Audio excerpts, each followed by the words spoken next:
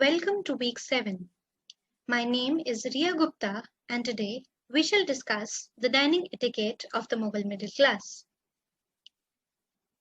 Having ruled considerable parts of the Indian subcontinent from the 16th to the mid 19th century, the history of the Mughals is traced using extensive Indo Persian literature composed as a result of official mandates as well as non official creative inclinations. Among this literature, we have several manuals of normative kinds advocating appropriate conduct. For instance, Mughal writers compiled books on subjects such as household management, including guides to a whole range of skills such as archery, divination, and letter writing, in addition to appropriate use of commodities such as perfumes, cosmetics, and intoxicants. In line with such manuals, we find an anonymous 17th century manuscript titled the Mirzanama preserved in the British Museum. The text defines Mirzai or gentlemanly connoisseurship. Commonly associated with the elite, the text, however, primarily addresses the Mughal middle class. It prescribes the ways in which they could adopt the manners of their social superiors, that is, the Mughal nobility, while living on modest salaries. At the very outset, a middle class man, one with the title of a Mirza added to his name, is warned against being beguiled by the attraction of high office. The author feels that the lesser the headache of high status, the better. It seems that non realization of high ambitions may have created discontent among the middle class, leading to the composition of a text that declares high office or nobility to be inconsequential. Instead, what we see is considerable importance being attached to a high degree of gentlemanly behavior, an achievable goal. Significantly, among the necessary guidelines for gentlemanly conduct, we find a section on the etiquette of dining. Everything from the ambience of the feast, types of foods and drinks, and post-meal protocol to norms of private and social drinking, befitting company, as well as suitable dining essentials. After all, the color scheme of the crockery on the dinner cloth was also an important matter, finds place in the text. These are the themes that we shall now elaborate on.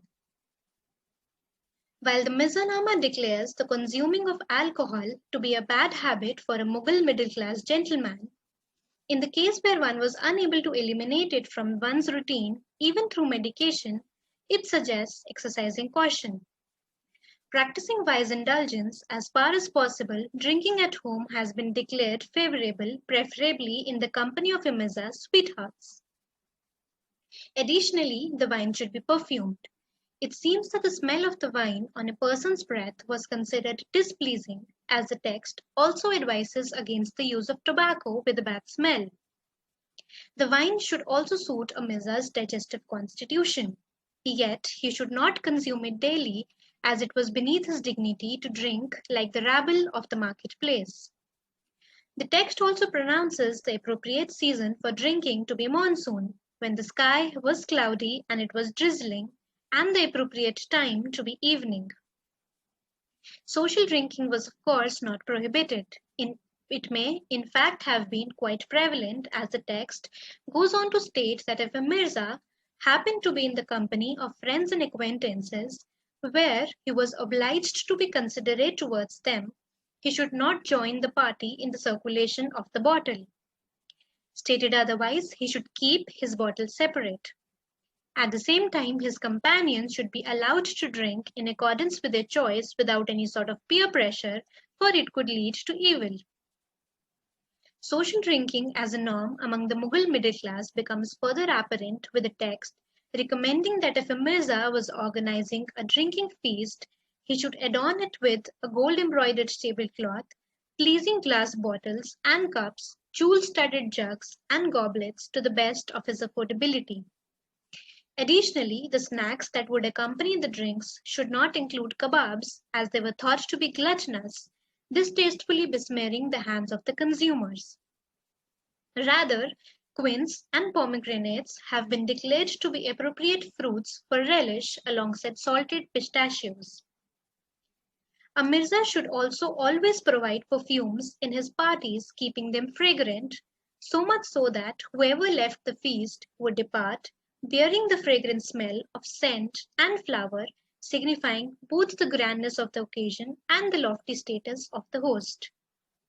On the question of post-feast protocol, it has been further suggested that once the perfumes have been served and some music been listened to, a Mirza should rise and make an excuse saying that it was time to go to bed. In this way, the feast should be put to an end and the Mirza should say farewell to his guests. In other words, the feast should not be prolonged way more than what was thought of as appropriate. Keeping aside special occasions, more generally, the Mirza was supposed to make sure that the tablecloth for dining was spread in his garden, located in the front of his house and at the edge of a pond. Indirectly, this necessitates that a Mughal middle class man should be able to afford a house with a garden as well as a pond. Affordability is a recurring concern, as the author writes that in a situation where a Mirza cannot bear the expense of a cloth of gold for dinner, he should use a cloth made of blended cotton. The cloth should, however, be decorated with some designs and under any circumstance should not have an oil stain. If even this was unaffordable for everyday use, a good white linen dinner cloth could be used, provided that it may not be spread repeatedly without being washed. The issue of the dinner cloth having been resolved, the attention is drawn towards tableware, and the text states, "If the plates on the tablecloth were of the same set, so much the better." Yet again, affordability intrudes the discourse whereby it is suggested that if a Mirza was unable to afford the same set, he should at least try to have drinking glasses, plates, pots, and demi-pots of the same color and of the same kind. It is here that the comment already quoted that the color scheme of the crockery on the dinner cloth was an important matter makes its appearance. Its importance has been asserted to such an extent that a person who was unable to afford material goods of the suggested kinds has been outrightly asked not to add the title of Mirza to his name. However, the rules are relaxed to some extent to accommodate people who could use pretty earthenware, provided they do not use them in a broken state, as it would be hopelessly defaming. Other etiquettes of dining include developing a habit of eating with the tips of one's fingers. Moreover, regardless of his appetite, a Mirza should stop eating before he is full, even if he remains hungry. The author punctuates this instruction with a salty comment stating that to tolerate hunger was also one of the injunctions, for it was not easy to be a Mirza. However, he adds that if the hunger remains intolerable, the Mirza could eat some more in the interior of the house. Under such circumstances, being out of sight was preferable so that he doesn't become a subject of critique. In author's opinion, this all involved a great risk and could lead to the diminishing of a Mirza's reputation and prestige. Thus, it was better to remain hungry, as eating in public would be like eating at a shop in the market, which was of course unbecoming. The idea that a Mughal middle class thought himself to be distinct from the commoners has made itself somewhat detectable. For instance, being courteous to acquaintances was considered a virtue, but a Mirza was still asked to discriminately keep his bottle of liquor separate. Even the practice of everyday drinking has been compared to the ignoble manner of the common crowd of the market. Going beyond one's means to ensure the possession of particular dinnerware as marker of one's status also highlights the same class consciousness. The distinctness has been further emphasized whereby a Mirza has been asked to avoid the company of the individuals who were unaware of the manners of dining. One could argue that a certain type of commonplace crudeness is being critiqued by creating a contrast with what was thought of as gentlemanly, a befitting ideal for a Mughal middle class man. While a middle class man was supposed to be distinguished in this way from an unrefined commoner, divergence from the nobility took a different form. As mentioned, through texts such as the Mirzanama, attempts seem to have been made to come to terms with status anxiety. The middle class could not have attained high rank institutionally, so the text minimizes the importance of rank altogether, giving weightage instead to a certain form of cultured, gentlemanly behavior. Who was the inspiration for such gentlemanly comportment? The nobility itself. We have the author reminisce an incident where he had the occasion to be present at a meal of a Mughal noble. He records to have observed that although all sorts of food was served to the noble, yet he was inclined towards consuming pilaf, a dish made of rice and sometimes lentils, cooked with garlic and onion and with any kind of meat curry. On being asked why he preferred pilaf over other dishes, in a tone most befitting the great, the noble explained that it was because the dish didn't grease one's hands. Therefore, after having finished his meals, he did not have to put an extra effort to clean his hands with a towel, leaving grease all over.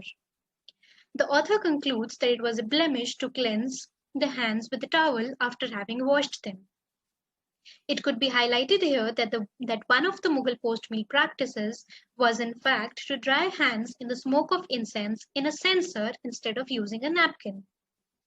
Thus, in distinguishing oneself from the nobility, a culture of imitation seems to have developed.